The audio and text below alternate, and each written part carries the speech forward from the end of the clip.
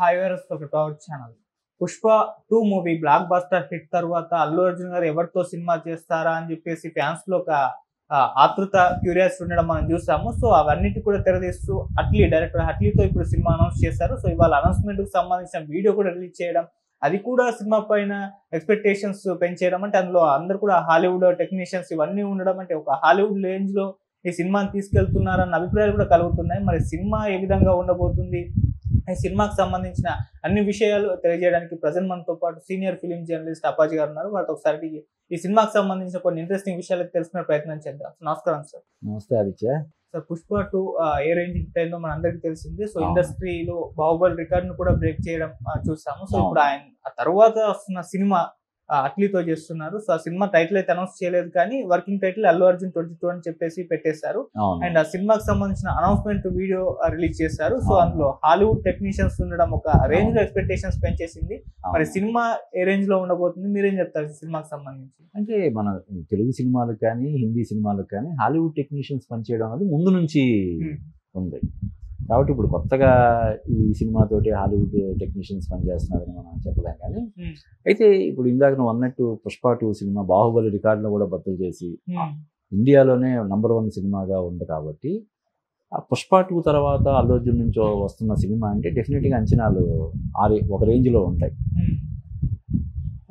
దానికి తోడు ఇప్పుడు త్రివిక్రమ్ సినిమా చేయాల్సి ఉంది, అలాగే సంజయ్ లీలా బన్సాలి పేరు వినిపించింది. ఇలాగ ఒక 3-4 టాప్ డైరెక్టర్స్ పేర్లు వినిపించినప్పటికి కూడా ఇప్పుడు అట్లీ సినిమా చేయడం, అట్లీ సినిమా ఇప్పుడు ఇది 6వ సినిమా. అంతకుముందు అతని సినిమాలన్నీ కూడా మంచి హిట్ సినిమాలు. ముఖ్యంగా అతని డైరెక్షన్లో ప్రీవియస్ సినిమా షారూఖ్ ఖాన్తో చేసినటువంటి జవాన్ కూడా చాలా పెద్ద హిట్ సినిమా. అందువల్ల అట్లీ అల్లు అర్జున్ కాంబినేషన్లో వస్తున్న సినిమాకి సహజంగానే అంచనాలు ఒక రేంజ్లో ఉంటాయి. దానికి తోడు మన సౌత్ ఇండియాలోనే biggest production house Sun Pictures వాళ్ళు దీన్ని ప్రొడ్యూస్ చేస్తున్నారు.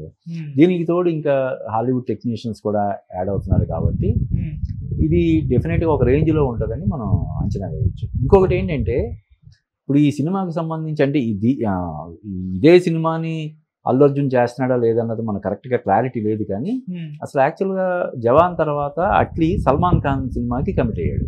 ఓకే, సల్మాన్ ఖాన్ అట్లీ కాంబినేషన్లో ఒక సినిమా అనౌన్స్ అయింది. అది కూడా సన్ పిక్చర్స్ ప్రొడ్యూస్ చేస్తారని న్యూస్ వచ్చింది. రష్మికని హీరోయిన్గా కూడా తీసుకున్నారని బాలీవుడ్ దీని వర్గాల్లో బాగా ప్రచారం జరిగింది. అంటే ఒక పక్క సికిందర్ చేస్తుండగానే సికిందర్ తర్వాత సల్మాన్ ఖాన్ చేసే అట్లీ ప్రాజెక్ట్లో కూడా రష్మికనే తీసుకున్నారని చెప్పి వార్తలు వచ్చినాయి. అయితే అది వేరే వేరే కారణాల వల్ల, బడ్జెట్ ఇష్యూస్ వల్ల, మరో దానివల్ల అది సల్మాన్ ఖాన్ ఆ ప్రాజెక్ట్ నుంచి తప్పుకొని ఇప్పుడు అట్లీ అల్లు అర్జున్తో చేస్తున్నాడు. అంటే సల్మాన్ ఖాన్తో చేయాల్సిన సినిమా చేయడానికి కమిట్ అయిన సినిమా కథ ఇప్పుడు అల్లు అర్జున్తో చేస్తున్నారా లేదనేది ఇంకా మనకి క్లారిటీ లేదు.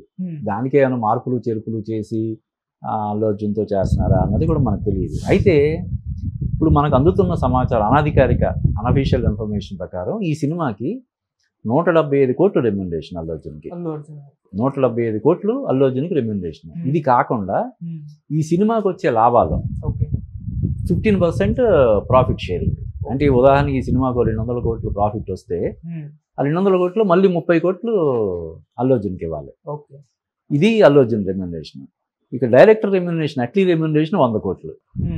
ఇప్పుడు ఆ సినిమాకి కూడా అదే ఇష్యూ, 100 కోట్లు రెమ్యునరేషన్ అట్లీకి, 100 కోట్లు సల్మాన్ ఖాన్కి. అంటే వర్కౌట్ అవ్వదు అన్న ఉద్దేశంతో ఆ ప్రాజెక్ట్ ఆగి ఇప్పుడు అల్లు అర్జున్ తోటి అయింది. ఇప్పుడు అల్లు అర్జున్ ఏంటంటే పుష్ప 2తో అతను పాన్ ఇండియా స్టార్ అయిపోయాడు కాబట్టి, విపరీతమైనటువంటి క్రేజ్ ఉంది కాబట్టి బహుశా ఇప్పుడు అటు 175 కోట్లు ఇటు 100 కోట్లు అంటే అదే 275 కోట్లు అయినాయి. ఇంకొక 100-125 కోట్లు మిగతా ఆర్టిస్టులు రెమ్యునరేషన్ ఉంటాయి. మ్యూజిక్ డైరెక్టర్ కానీ, సినిమాటోగ్రాఫర్ కానీ, హీరోయిన్లు, విలన్లు. అంటే ఈ సినిమాకి మామూలు రేంజ్లో కాస్టింగ్ కూడా ఆ రేంజ్లోనే ఉండాలి కదా. అలాగే పనిచేసే టెక్నీషియన్స్ కూడా ఆ స్టాండర్డ్స్లోనే ఉండాలి. ఇంకా గ్రాఫిక్స్, విజువల్ ఎఫెక్ట్స్ అనేవి ఇప్పుడు పెద్ద సినిమాలకి కామన్ అయిపోయింది. మళ్ళీ దానికి ఒక 40-50 కోట్లు గ్రాఫిక్స్కి పెట్టాల్సిన పరిస్థితి ఉంటుంది. కాబట్టి ఇది ఇంకా పబ్లిసిటీ కనీసం ఒక 100 కోట్లు పబ్లిసిటీ పెట్టాలి పాన్ ఇండియా. ఇవన్నీ కలిపితే దాదాపుగా 600 కోట్లు బడ్జెట్ ఇది. ఓకే, 600 కోట్లు అంటే బిజినెస్ కనీసం 700 కోట్లు బిజినెస్ చేస్తే తప్ప ఈ పెట్టిన పెట్టుబడి అంతా రాదు. ఆ రేంజ్లో ఉండాలంటే ఎంత కథ ఎంత పకడ్బందీగా ఉండాలి, ఎంత ఇది ఉంటే దాన్ని. ఇప్పుడు అల్లు అర్జున్ కూడా జస్ట్ లైక్ దట్ ఓకే చేశాడు కదా. సల్మాన్ ఖాన్ ఓకే చేసిన సినిమా కాబట్టి చేసేద్దామని చేయడు కదా. అతను ఒక పెద్ద టీంని మెయింటైన్ చేస్తున్నాడు. తను చేయబోయే సినిమాలకు సంబంధించిన కథలను ఎంపిక చేయడం కోసం ఒక పెద్ద టీంని పెట్టుకున్నాడంట, రైటర్స్, డైరెక్టర్ ఇలాగా. సో వాళ్ళు ఎన్నో దశల వారీగా వడపోతలు జరిగిన తర్వాత అతని దగ్గరికి వెళ్ళి దానికి అల్లు అర్జున్ గారు కూడా గ్రీన్ సిగ్నల్ ఇచ్చిన తర్వాత ఇది పట్టాలు ఎక్కుతుంది. కాబట్టి ఖచ్చితంగా ఈ సినిమా మీద ఒక 1000 కోట్లు టార్గెట్ తోటి ఈ సినిమా బరిలోకి దిగే అవకాశం ఉంది. ఓకే, అల్లు అర్జున్ మార్కెట్ కి అది ఈజీ అనుకోవచ్చు సార్, ఎందుకంటే ఆల్రెడీ ఆయన పుష్ప 2తో హిందీలో ఎటువంటి మార్కెట్ ఉందో మనకు ప్రత్యేకంగా చెక్కాల్సిన పని లేదు. మళ్ళీ రాజమౌళి గారి త్రో కాకుండా ఈయన అంటే పాన్ ఇండియన్ హీరోగా ఎదిగిన హీరో మన తెలుగు నుంచి. అవును, కరెక్ట్. సో ఆ మార్కెట్ అంటే అది ఇప్పుడు ఎలా అంటే అల్లు అర్జున్ రేంజ్కి 1000 కోట్లు తక్కువలా మనకు అనిపిస్తుంది. ఇప్పుడు ఉదాహరణకి సికింద్ర సినిమా చూద్దాం. సికింద్ర సినిమా మురుగుదాసు, ఏఆర్ మురుగుదాసు మనకి ఎటువంటి హిట్లు ఇచ్చాడు. ఇప్పుడు ఠాగూర్ సినిమా ఒరిజినల్ అతను చేసింది.